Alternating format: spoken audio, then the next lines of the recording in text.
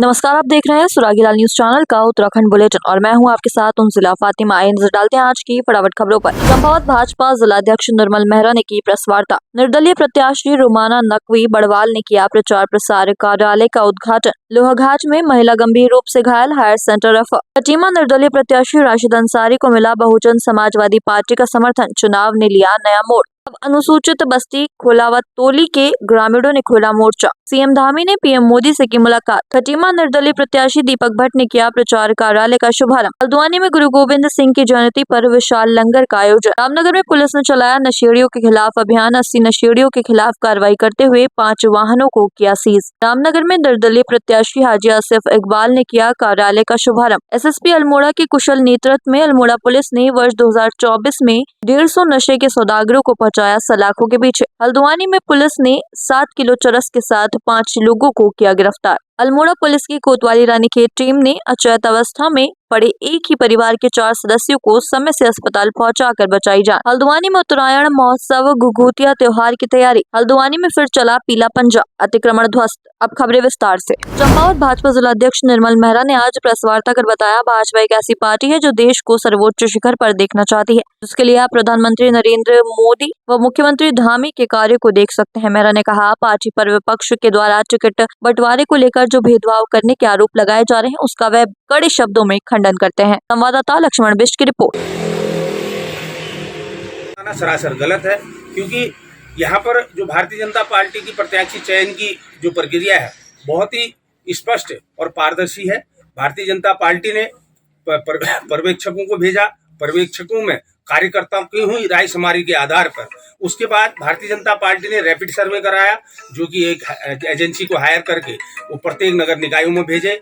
उन्होंने अपनी survey report दी और भारतीय जनता पार्टी ने अपने एक निष्ठावान कार्यकर्ता, जैसे इस अगर निकाय की मैं बात करूं तो विगत 2 पंचवर्षीय से भारतीय जनता पार्टी के टिकट न मिलने के बाद भी गोविंदलाल वर्मा जी लगातार निकाय के अध्यक्ष रहे हैं और उनके जो कार्यकाल में जो भी इस शहर का विशेष विकास हुआ है उसको देखते हुए और उन 2 बार जीतने के बाद भी गोविंदलाल वर्मा जी किसी अन्य दल में ना जाकर पुनः समर्पण के साथ भारतीय जनता पार्टी के लिए उन्होंने लगातार काम किया।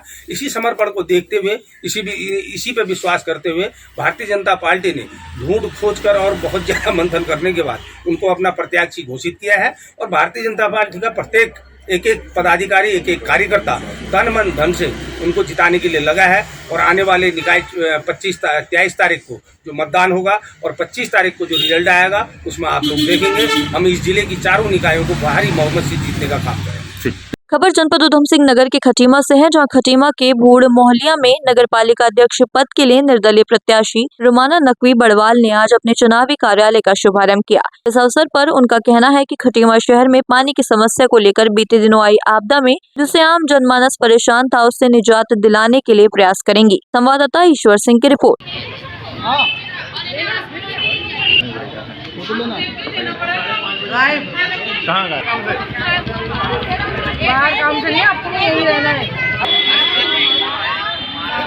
लोहाघाट के सरीगेर क्षेत्र की रहने वाली पार्वती देवी उम्र 40 वर्ष पत्नी सुभाष सिंह रविवार को अज्ञात कारणों के चलते गंभीर रूप से घायल हो गई। एक अज्ञात टैक्सी चालक के द्वारा गंभीर हालत में घायल महिला को लोहाघाट उप जिला चिकित्सालय में पहुंचाया गया, जहां डॉक्टर करण बिष्ट के द्वारा गंभीर रूप से घायल महिला का उपचार किया गया। संवाददाता लक्ष्मण बिष्ट की रिपोर्ट।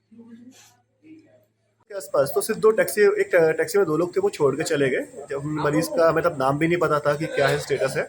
जब अंदर जाके मरीज को देखा तो थोड़ा इनके नाक से खून निकला हुआ था, कान से भी खून निकला हुआ था। फिर मरीज को तब हम वार्ड में ले गए, इनके घर वालों को इन्फॉर्म किया, तब तक हमने दवाइयाँ लगाई। तो हमसे बात कर रहे थे कि किसी को पहचान नहीं पा रहे हैं, इवन घर वालों को भी नहीं पहचान पा रहे हैं। तो इसीलिए एक बार हमने आगे सीटी के लिए प्लस पीजी ने रेफरेंस के लिए भेजना चाह रहा था आगे।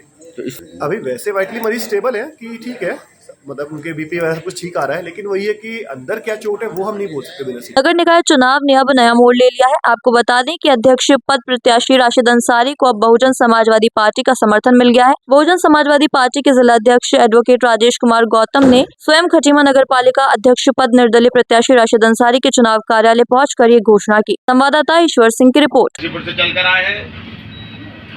बहुजन समाज पार्टी की प्रदेश कार्यकारिणी, जिला कार्यकारिणी और विधानसभा कार्यकारिणी का आज उन्होंने मुझे समर्थन दिया, उसका मैं तहे दिल से शुक्रिया अदा करता हूं और उनका अभिनंदन करता हूं। दोस्तों, मैं बहुजन समाज पार्टी के द्वारा मेरे कार्यों से प्रभावित होकर मुझको जो समर्थन दिया है, मैं भी अपनी ओर से उनको विश्वास दिलाता हूँ कि मैं चुनाव में विजयश्री हासिल करने के बाद उनके हर सपने को साकार करने का भरसक प्रयास करूँगा। और मुझे उम्मीद है कि बहुजन समाज पार्टी के कार्यकर्ता अधिक से अधिक मतों से मुझे जिताने का प्रयत्न करेंगे। पहले तो आप सभी भाइयों का बहुत बहुत धन्यवाद, आप लोगों ने यहाँ आकर समय दिया। और जैसा कि बहुजन समाज पार्टी की राष्ट्रीय अध्यक्ष आदरणीय बहन कुमारी मायावती जी के दिशा निर्देश पर जो उत्तराखंड में हमारा निकाय चुनाव चल रहा है, तो ज़्यादातर हम लोगों ने प्रत्याशी अपने सिंबल पर उतारे हैं, लेकिन जहाँ हमारी सिंबल पर प्रत्याशी हमारे नहीं उतर पाए हैं, तो वहाँ हमारी विधानसभा की यूनिट और जो जिले के वहाँ पदाधिकारी हैं उनको लगाकर ये सर्वे किया जा रहा है कि जो निर्दलीय में और मजबूत लोग चुनाव लड़ रहे हैं और बहुजन समाज पार्टी में वो आस्था रखते हैं, तो उनको बहुजन समाज पार्टी अपना समर्थन देने का काम कर रही है। तो उसी के पर्पज में खटीमा में जो हमारी खटीमा की यूनिट है, उन्होंने हमें रिपोर्ट दी कि खटीमा में राशिद अंसारी जी जो मजबूत प्रत्याशी हैं और बसपा सोच आप रखते हैं, और जैसे कि यहाँ की जितने भी हमारे कार्यकर्ता हैं सभी ने रिपोर्ट दी। तो आज बहुजन समाज पार्टी, मैं प्रदेश का महासचिव विनोद कुमार गौतम और हमारे साथ हमारे जिलाध्यक्ष एडवोकेट राजेश गौतम, हमारे लोकसभा के प्रत्याशी रहे भाई अंतरंग भाई साहब, हमारे विधानसभा के अध्यक्ष, सभी लोग यहाँ पहुँचे हैं और हम राशिद अंसारी जी को बहुजन समाज पार्टी का पूरा समर्थन देते हैं। और हमें उम्मीद है कि राशिद अंसारी जी बहुजन समाज पार्टी के समर्थन से नगर पालिका अध्यक्ष खटीमा बनने का काम करेंगे, और जो हमारा अल्पसंख्यक समाज है, दलित समाज है, पिछड़ा समाज है, उनका काम करने का काम हमारे राशिद अंसारी जी करेंगे। चंपावत जिले के लोहाघाट विधानसभा के पाटी ब्लॉक के दूरस्थ ग्राम पंचायत गागर के अनुसूचित बस्ती खोला व ग्राम पंचायत चौड़ागूट के तोकतोली आज भी सड़क से वंचित हैं। इस कारण लोगों में सरकार के खिलाफ आक्रोश व्याप्त है। रविवार को दोनों तोकों के ग्रामीणों ने अनुसूचित बस्ती खोला में बैठक आयोजित की। संवाददाता लक्ष्मण बिष्ट की रिपोर्ट। सड़क की मांग के लिए एकत्रित हुए हैं, क्योंकि सड़क न होने से हमारा क्षेत्र जो है वो पिछड़ रहा है। इससे बहुत सारी परेशानियां हो रही हैं। कभी कोई गिर गया या उसको मतलब तुरंत उपचार नहीं हो पा रहा है, वो और ज़्यादा वो हो जा रहा है, दिक्कत हो जा रही है उससे। और जैसे शिक्षा से यहाँ से हमारे यहाँ से क्षेत्र से जैसे बच्चे जाते हैं स्कूल, उनको 4-5 किलोमीटर पैदल चल के जाना पड़ता है। तो जंगल में कई चीज़ों का सामना करना पड़ता है, जंगली जानवरों का तमाम। और जैसे कि अब कोई हम ही हैं, जैसे हम इंडियन आर्मी की तैयारी करते हैं, हमको दौड़ने के लिए भी रोड में जाना पड़ता है नीचे, तो रात में जंगली जानवरों का सामना करना पड़ता है। और जैसे हमने भी पहले भी अपने पूर्व विधायक पूरन सिंह खटियाल जी को भी इसके लिए ज्ञापन दे चुके हैं, इसके लिए उनने भी कोई कार्रवाई नहीं की। और उसके बाद हमने फिर वर्तमान विधायक श्रीमान खुशहाल सिंह अधिकारी जी को भी इस ज्ञापन दिया, उनने भी इसके लिए कोई कार्रवाई नहीं की, उनके द्वारा भी कोई वो उत्तर नहीं आया।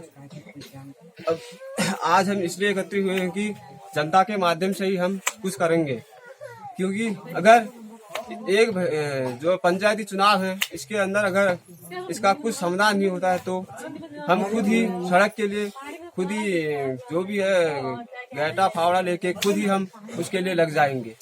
और इसमें जो भी है खोला तो तोली और सारा रजुड़ा जो भी है सभी ने ये कहा है कि अगर सड़क की कार्रवाई शुरू नहीं हुई तो हम खुद ही मतलब मतदान किसी को नहीं करेंगे, चाहे वो कोई हो, हम अपना मतदान नहीं देंगे। मेरा नाम उमा देवी है, मैं ग्राम तोली से हूँ। हमारे यहाँ रोड की बड़ी समस्या है, हमारे बच्चों के लिए भी ना स्कूल ना कोई साधन।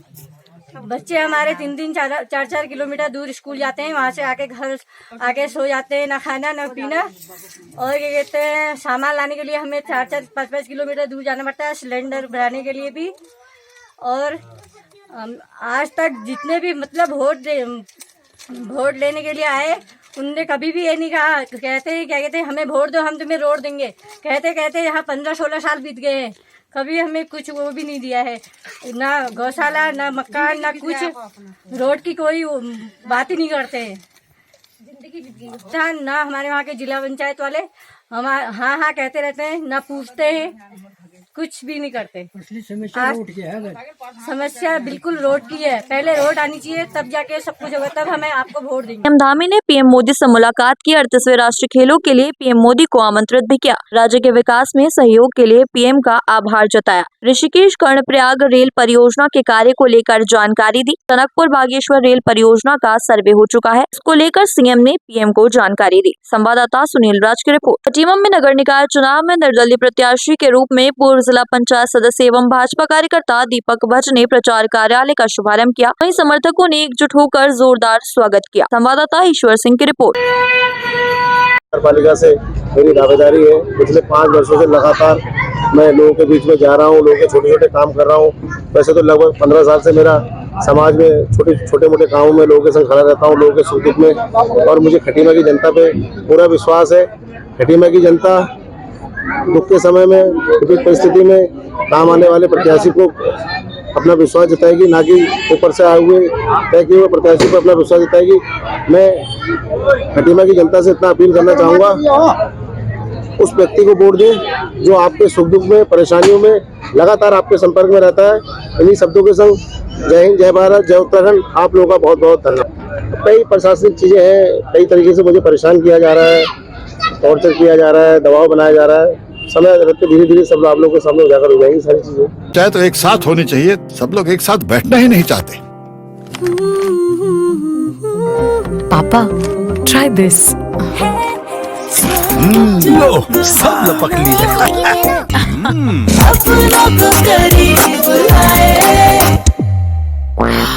ये क्या हाल कर दिया है रूम का? बस कल से चाय मेरे रूम में।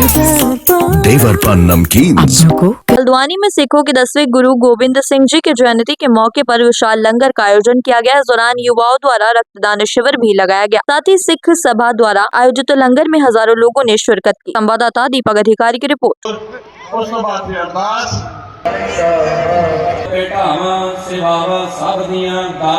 जो आज का प्रोग्राम है वो हमारे 10वें गुरु श्री गुरु गोविंद सिंह जी के उससे है। आज उनकी गुरु गोविंद सिंह जयंती है, तो उसकी वजह से आज हमने यहाँ पे ब्लड ग्रुप का वो लगाया हुआ है, डोनेशन कैंप। तो हम यूथ को हम ये कहना चाह रहे हैं कि आप ज्यादा से ज्यादा संख्या में आके डोनेशन करें। यहाँ पे अच्छी खासी अभी डोनेशन हो चुकी है, अभी हम और लोगों को इकट्ठा कर रहे हैं कि आप आके डोनेशन करिए। मेरा नाम मनकरण सिंह है। हमारे 10वें गुरु जो है साहिब श्री गुरु गोविंद सिंह जी महाराज जी का प्रकाश पुरब जो है हल्द्वानी की संगत बड़े उत्साह के साथ मना रही है। गुरु गोविंद सिंह जी के प्रकाश पुरब को समर्पित जो है ये दीवान जो है गुरुद्वारा श्री गुरु सिंह सभा हल्द्वानी के तत्वाधान में मनाए जा रहे हैं। और हल्द्वानी इलाका, हल्द्वानी तहसील के समस्त गुरुद्वारों का सहयोग, समस्त संगत का सहयोग इसमें मिल रहा है। और 3 तारीख को एक विशाल नगर कीर्तन जो निकाला गया है, उसमें आपने एक नया रूप, ऐतिहासिक रूप देखा। आज जो 5 तारीख को गुरु साहब के प्रकाश समर्पित, तो आज कीर्तन दरबार और जो लंगर का कार्यक्रम वहाँ भी अभूतपूर्व हुआ। हम सोच रहे थे कि 25 से 30 हजार लोग लंगर करने के आएंगे, लेकिन यहाँ 50 हजार के आगे जो लंगर छठ पूजा और अभी के नियंत्रण जा रहे हैं। और मैं इस पर्व में सभी धर्मों के लोगों ने यहाँ पर भागीदारी करी है, जिन्होंने बधाई देने के लिए उपस्थित हुए हैं, उन सबका बहुत बहुत आभार। धन्यवाद।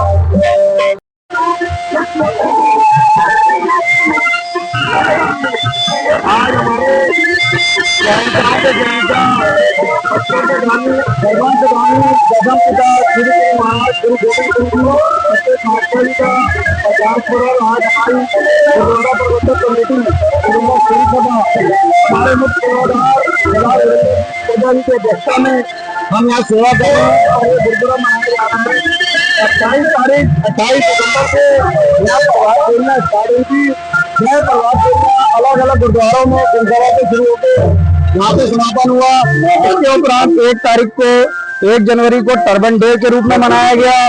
3 जनवरी को एक विशाल नगर कीर्तन जो कि हल्द्वानी इलाका निवासियों के सहयोग से बहुत ही शानदार, बहुत ही उत्साह, बहुत ही बढ़ चढ़ कर मनाया गया। इसके उपरांत आज 5 जनवरी को गुरु महाराज का प्रकाश पर्व बड़ी चढ़ती कला में हमारे कमेटी के मेंबर, सेवादार और इलाका निवासी जो कि हमारे साथ कंधे के साथ कंधा मिला के जो सेवादारों ने हमारे साथ सहयोग किया है, हम उनके धन्यवादी हैं।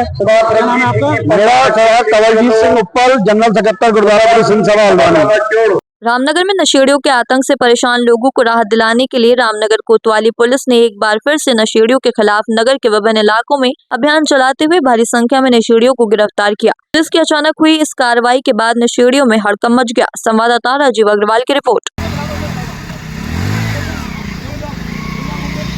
देखिए, वरिष्ठ पुलिस अधीक्षक महोदय नैनीताल के आदेशानुसार आज ये रामनगर क्षेत्र में एंटी रोमियो अभियान चलाया गया, जिसमें अनावश्यक तौर पर सड़कों पर 3 सवारी शराब पी करके वाहन चलाने वाले तथा होटलों और ढाबों में जो है शराब पीने वाले व्यक्तियों के खिलाफ ये अभियान चलाया गया, जिसमें लगभग 80 लोगों के खिलाफ जो है कार्रवाई की गई है और लगभग उनसे 200 रुपये का जो है जुर्माना, 2000 रुपये का 20,000 रुपये का जुर्माना वसूला गया है।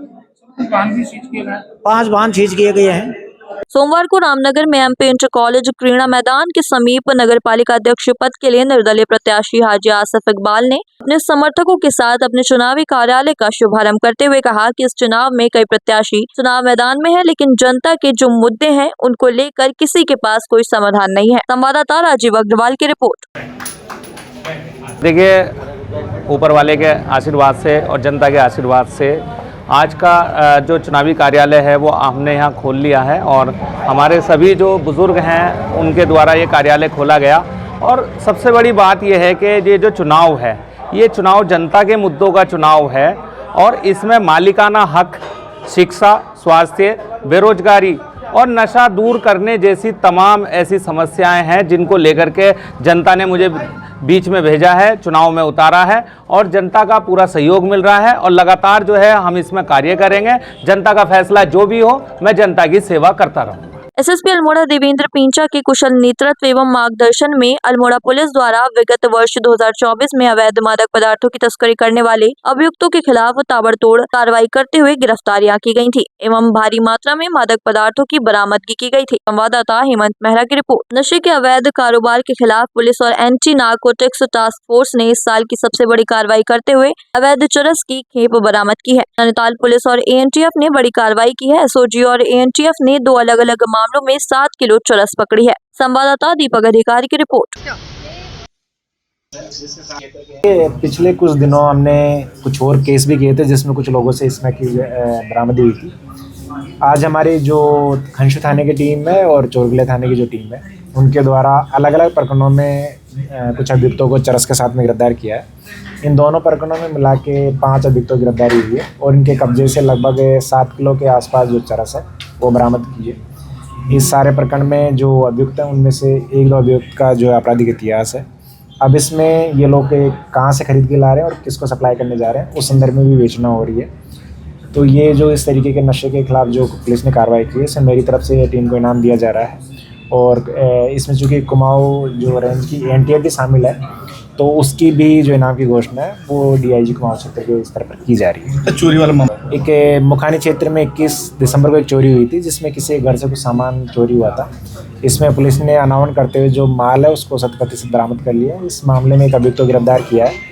यह अभियुक्त पूर्व में भी 2 बार चोरी घटनाओं में गिरफ्तार हो चुका है। तो इसमें जो पुलिस है इसको भी इस चीज के लिए उत्साहवर्धन के लिए इनाम दिया जाए। कोतवाली रानीखेत चौकी मझखाली में सूचना प्राप्त हुई कि ग्राम दिगोटी में एक परिवार के 4 सदस्य उल्टियां करने के उपरांत बेहोश हो गए हैं। अल्मोड़ा पुलिस की कोतवाली रानीखेत टीम ने अचेत अवस्था में पड़े एक ही परिवार के 4 सदस्यों को ससमय अस्पताल पहुंचाकर उनकी जान बचाई। संवाददाता हेमंत मेहरा की रिपोर्ट। हल्द्वानी के प्रसिद्ध पर्वतीय सांस्कृतिक उत्थान मंच में उत्तरायणी महोत्सव घुघुतिया त्योहार की तैयारी शुरू हो गई है। 7 जनवरी से 15 जनवरी तक आयोजित होने वाले उत्तरायण महोत्सव में रंगारंग कार्यक्रमों के साथ विभिन्न कार्यक्रमों का आयोजन किया जाएगा। उत्तरायणी महोत्सव समिति ने प्रेस वार्ता करते हुए बताया कि 7 जनवरी को गोलचू भगवान की पूजा के साथ ही उत्तरायणी महोत्सव की शुरुआत होगी। संवाददाता दीपक अधिकारी की रिपोर्ट। सांस्कृतिक उत्थान मंच 44 साल से अपना यहाँ पर कार्यक्रम कर रहा है। इसी अवधि में मंगलवार 7 जनवरी को प्रातः 9 बजे गुलजू की पूजा करके इस कार्यक्रम का शुभारंभ होगा और मेले का उद्घाटन होगा 8 जनवरी को 11 बजे। और इस प्रकार 9 जनवरी को भी कार्यक्रम है सांस्कृतिक, और उसमें दुल्हन सजाओ सांस्कृतिक है। उसके बाद 10 को है चम्मच दौड़, जलेबी दौड़, खेलकूद है उस दिन, पहाड़ी खेलकूद। और 11 जनवरी को है चित्रकला और हड़काठा जो पहाड़ में कहते हैं उसके उस पर आयोजित है। और 12 जनवरी को है फैंसी ड्रेस बच्चों की, कुमाऊनी बच्चों की ड्रेस को है। और सोमवार को है इस पर बेबी शो, झोला प्रदर्शन और कुमाऊनी भाषा नाट्य प्रतियोगिता भी इसमें होगी। इसी प्रकार हमारा 14 जनवरी को होगी। 14 जनवरी को यहाँ से सूर्य नृत्य होगा पहले 11 बजे से। 12 बजे से यहाँ से शोभा यात्रा निकलेगी, पूरे शहर के मुख्य मार्गों से लौटकर यहाँ पर आएगी और यहाँ पर उसका समापन होगा। और प्रत्येक दिन शाम को 5 से 9 बजे तक यहाँ पर रंगारंग सांस्कृतिक कार्यक्रम होंगे। वो प्रत्येक संस्कृति पर आधारित गीत, झोड़े, चाचरी ये होंगे और अच्छे कलाकारों को हमने यहाँ पर आयोजित किया है। मैं चाहता हूँ कि मीडिया का सहयोग हमेशा रहा, इस बार रहे, क्योंकि प्रत्येक संस्कृति पूरे पहाड़ों से उतर के यहाँ पर आ गई है। वो चाहे आपकी धारचूला की हो, चाहे आपकी मुनस्यारी की हो, अल्मोड़ा हो, पाली पचाओ हो, काली कुमाऊं हो, सब संस्कृति यहाँ आ गई है। इस संस्कृति को बढ़ाने का काम उत्थान मंच करता है और हम सभी लोगों से निवेदन करते हैं कि कुमाऊनी परिधान में इस सांस्कृतिक शोभा यात्रा में 14 जनवरी को भी आई। आपका नाम? हुक्म सिंह कुंवर है, मैं संरक्षक हूँ यहाँ प्रति उत्थान मंच। हमारी जो कुमाऊनी संस्कृति है उसको हम जो है यहाँ बड़े धूमधाम से उसको मनाएंगे। जो हमारे यहाँ सांस्कृतिक जो कार्यक्रम होंगे वो सांस्कृतिक कार्यक्रम हम अच्छे से अच्छा करने का जो है हमारा प्रयास है। उसमें हमारी जो कमला आर्या जी हैं जो बागेश्वर से आ रही है, मुख्य आकर्षक का जो 15 तारीख को जो कार्यक्रम है वो रहेगा। उसके साथ जो हमारी 14 को शोभा यात्रा होगी, हमने उसमें प्रयास किया है कि उसमें ज्यादा से ज्यादा झांकियां हों और जो है उसको एक मतलब अच्छा रूप देने का प्रयास हमने करने का प्रयास किया है। उसमें आप सभी का हमको ये हमारे पहाड़ का जो उत्पादन है, पहाड़ी नींबू जो है आपकी दड़ी है, ये बड़ी है, दही क्या कहते हैं, सना नींबू हो गया, पिसिया नून हो गया, जो राजमा है मुनस्यारी की वो हो गया। वो हमारे पहाड़ के जो दारुसुला मुनस्यारी में जो बनियान बुने जाते हैं उन्हीं जो कारोबार होता है वो भी आकर्षक के केंद्र होंगे। और स्टॉल भी हैं यहाँ जो है वो लग रहे हैं, सभी आकर्षक है। मैं ये समझता हूँ कि सभी जो है उसमें आकर्षक का केंद्र हुआ। और संस्कृति में हमारा विशेषकर जो हमारे कुमाऊनी भाषा में जो सांस्कृतिक प्रोग्राम होंगे उनमें हमारा ज्यादा फोकस रहेगा कि वो अच्छे से अच्छे प्रोग्राम हो। और नन्हे बच्चे जो है वो भी बहुत आकर्षक यहाँ प्रोग्राम दिखाते हैं। यहाँ से छोटे छोटे बच्चे मतलब जो है उन्होंने यहाँ सांस्कृतिक प्रोग्राम कर करके आज जो है राष्ट्रीय पटल पर वो जो है उभरे हुए हैं। आपका नाम? मेरा खड़क सिंह बगड़वाल, मैं मंच का अध्यक्ष हूँ। हमारा कार्यक्रम हर साल और 8 दिन का होता था। इस बार हमने 9 दिन का प्रोग्राम कर दिया है। इसमें हम उभरते हुए कलाकारों को पहले मंच देते हैं, क्योंकि स्टार कलाकारों को हर जगह मंच मिलता है और उभरते हुए कलाकारों को कभी मंच नहीं मिलता, वो गांव तक ही सीमित रह जाते हैं। हम कोशिश करते हैं कि यहाँ पे कि नए से नए सिंगर आए, उभरते हुए सिंगर आए, उनको मंच मिले। जितने भी आज हमारे उत्तराखंड में बड़े बड़े सिंगर हैं, कलाकार हैं, तो वो इसी मंच से निकले हुए कलाकार हैं। इस मंच से निकले हुए कलाकार हैं। आज हमारा उत्तराखंड धीरे धीरे हमारी संस्कृति की विलुप्त होते जा रही है। इस मंच के माध्यम से हम लोगों ने उसको उजागर रखा है। तो आए दिन हमारे 9 दिन का प्रोग्राम है। नए नए स्टार लोग आएंगे, कलाकार हमारे इसमें पहाड़ी वेशभूषा होती है, फैंसी ड्रेस बच्चों की होती है, कंपटीशन होते हैं, जगह जगह महिलाओं की यहाँ पे झोड़ा प्रतियोगिता होती है और हमारे खान पान पहाड़ी यहाँ पे व्यंजन रखे जाते हैं। चाहे तो एक साथ होनी चाहिए, सब लोग एक साथ बैठना ही नहीं चाहते। पापा ट्राई दिस। लो सब लपक लिए।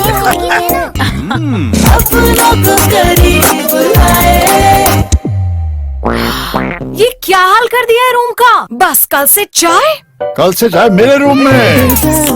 देवरपन नमकीन। हल्द्वानी में सोमवार को जिला प्रशासन और लोक निर्माण विभाग ने काठगोदाम में जेसीबी चलाकर अतिक्रमण ध्वस्त किया। जिला प्रशासन सोमवार को पूरी टीम लेकर काठगोदाम पहुंचा। इस दौरान उन्होंने 1 दर्जन से अधिक पक्के भवनों को जेसीबी से गिरा दिया। संवाददाता दीपक अधिकारी की रिपोर्ट।